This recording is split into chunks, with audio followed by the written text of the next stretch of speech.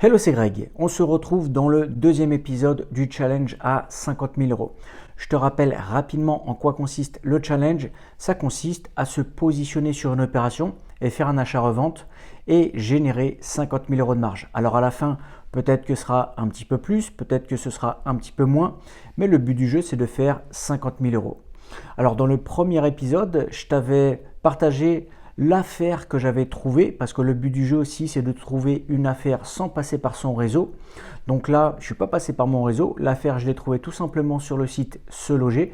Donc si tu veux voir personnellement la méthode que j'utilise pour trouver des bonnes affaires sur le site Se Loger ou Le Bon Coin, tu cliques sur le lien qui est dans la description. Je te partage une formation qui est totalement offerte.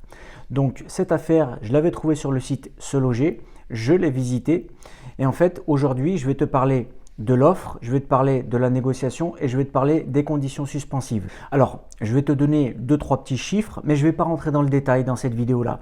Je vais juste te donner des indications pour que tu saches un petit peu où on en est. Donc déjà, on était sur un petit appartement qui est situé à Paris dans le premier arrondissement, donc déjà un bon arrondissement, mais surtout un emplacement premium, très très bien placé. Et personnellement, quand je vais me positionner sur une opération à Paris, je vais toujours privilégier l'emplacement, car l'emplacement est vraiment essentiel quand tu vas vouloir revendre aussi par la suite ton bien. Donc là, emplacement premium, c'est un appartement qui est situé au 6e étage, sans ascenseur. Ça, c'est une petite contrainte. Également, les parties communes, elles n'étaient pas spécialement en très très bon état, mais comme je te l'avais dit, je privilégie l'emplacement et également le potentiel de l'appartement.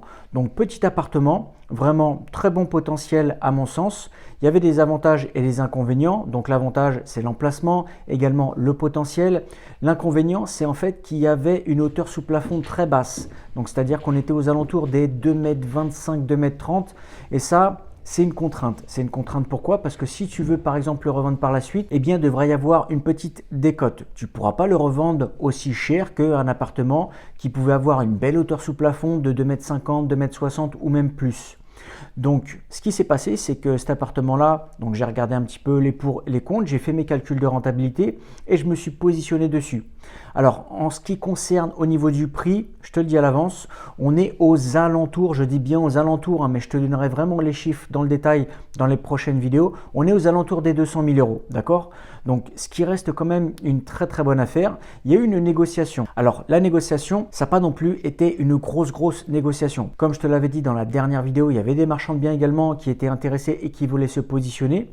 Donc moi, j'ai vraiment bien discuté avec l'agent immobilier et j'ai fait une offre. Je me suis positionné vraiment très rapidement sur le bien pour pouvoir en fait entamer les discussions. Et jusqu'à maintenant, il n'y avait personne en fait qui avait fait une offre concrète. Des gens étaient intéressés, mais personne n'avait fait une offre. Donc moi, j'ai fait une offre, j'ai essayé que ce ne soit pas non plus une offre trop agressive. J'ai fait mes calculs de rentabilité et la première offre que j'avais faite, elle était à moins 25, entre 25 et 27 000 euros par rapport au prix initial. Donc mon offre que j'ai faite, elle a été refusée. Donc il y a eu une contre-proposition. Et en fait, ça déjà d'une, c'est un bon signe parce que le vendeur, il ne s'est pas tout de suite braqué et il m'a fait une contre-proposition. Il a augmenté à peu près le prix de 3 000, 3 500 euros, quelque chose comme ça par rapport à l'offre que moi je lui avais faite. Ensuite, ce qui était aussi important pour moi, c'est certaines conditions suspensives. Et je me suis dit, ce qui était important dans ce projet, c'est déjà d'une, bon, qu'on l'achète à un très bon prix, mais également que les conditions suspensives que je souhaite mettre passent.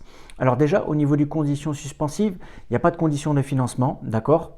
Et ensuite, il y a 2-3 petits détails, c'est-à-dire que c'est un appartement qui est issu d'une division, c'est-à-dire que la personne qui avait acheté, elle a acheté un grand appartement, elle l'a divisé en 2 appartements. Et en fait, moi ce que je voulais, c'est que le vendeur installe une cloison acoustique, tu sais, entre les 2 appartements, pour que au final, les 2 appartements soient vraiment bien dissociés et que c'est un coût aussi en moins par rapport aux travaux qu'il pouvait y avoir. Donc ça, c'est une bonne chose parce que le vendeur a accepté. Une deuxième chose, c'est en fait de pouvoir raccorder les WC à un tuyau, donc à une évacuation des parties communes.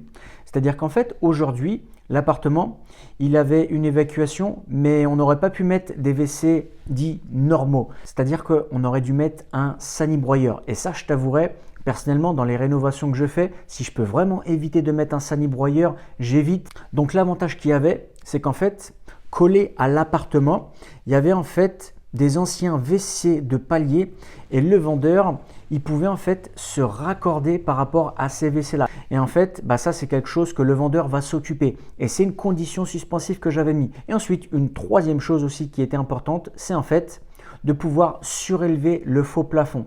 C'est-à-dire qu'en fait, là on est au dernier étage. Juste au-dessus, il y a une petite partie, on va appeler ça grenier comble de 40-50 cm. Et tu sais, dans certains cas, tu dois demander l'autorisation de la copropriété pour pouvoir exploiter ces combes. Alors là, en l'occurrence, ce n'est pas spécialement pour faire de l'habitation, c'est juste pour augmenter la hauteur sous plafond. Car déjà d'une, comme je te l'ai dit, la hauteur sous plafond, elle était très basse. Et de deux, le faux plafond qui a aujourd'hui actuellement était en fait fissuré. Donc on ne pouvait pas spécialement garder ce truc-là. Donc ça, on va dire que c'est vraiment les trois conditions suspensives que j'ai mis. Je te rappelle aussi que le vendeur, c'est un marchand de biens. Et en fait, des fois, c'est beaucoup plus facile de pouvoir négocier avec un professionnel comme ça certaines conditions techniques qu'avec un vendeur particulier. Donc voilà un petit peu le résumé que je voulais te faire. Tout ça, en fait, c'est en très bonne voie. Je te le dis à l'avance parce que j'ai déjà eu pas mal d'informations. Donc pour ce challenge, on va se positionner sur cet appartement-là et ensuite, on va continuer, on va avancer et on passera après dans la partie travaux.